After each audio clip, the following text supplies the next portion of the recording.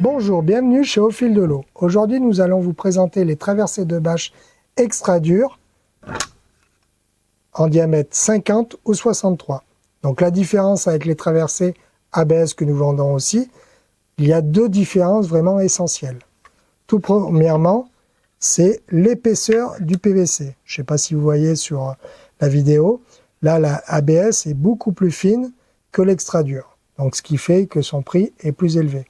Alors elle, on va l'utiliser beaucoup sur des choses où on a du PVC pression, où on a un peu plus de pression, ou un peu de traction par exemple.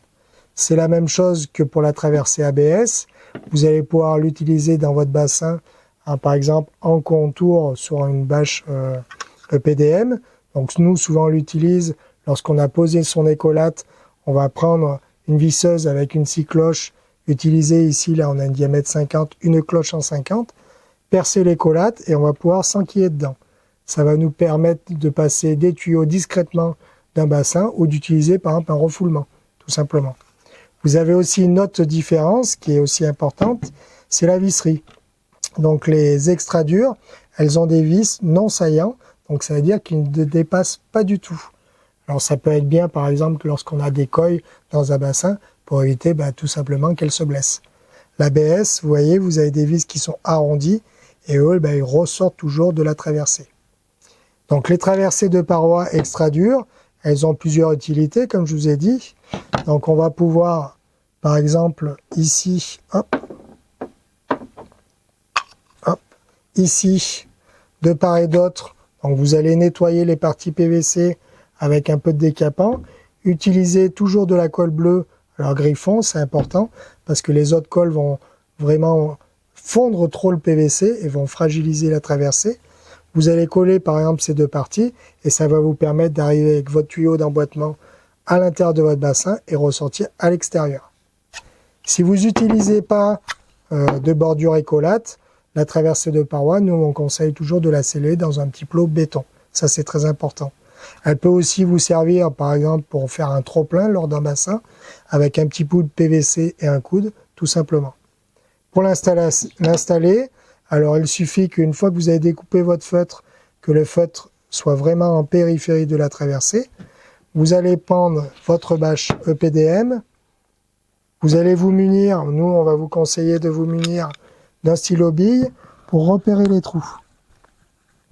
Parce que là, ici, c'est facile, c'est sur une vidéo et c'est à plat, mais lorsque vous êtes sur un chantier, avoir un petit stylo bille va vous permettre de vraiment repérer deux trous. Donc une fois que vous avez vissé la bride proprement sur la traversée, donc vous voyez, comme je vous disais ici, le vis n'est pas saillant, elle ne ressort pas. Donc là c'est l'exemple, bien sûr, visser les 4 vis qui sont fournis avec. Vous avez aussi la possibilité de savoir que si c'est une traversée de paroi extra dure, sur la bride il y a toujours marqué RTF. C'est un signe de qualité. Donc une fois que vous avez fait ça, pour faire l'étanchéité, l'ouvrir, vous prenez une paire de ciseaux, si possible avec un embout arrondi. Vous allez découper proprement la bâche.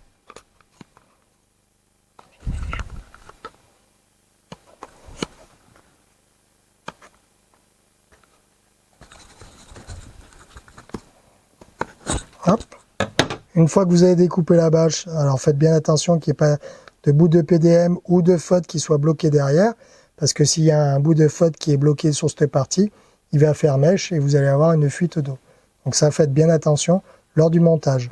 Alors nous, par exemple, on utilise très rarement du silicone pour pas faire l'étanchéité, car le PDM en lui-même est un caoutchouc et c'est lui qui fait l'étanchéité.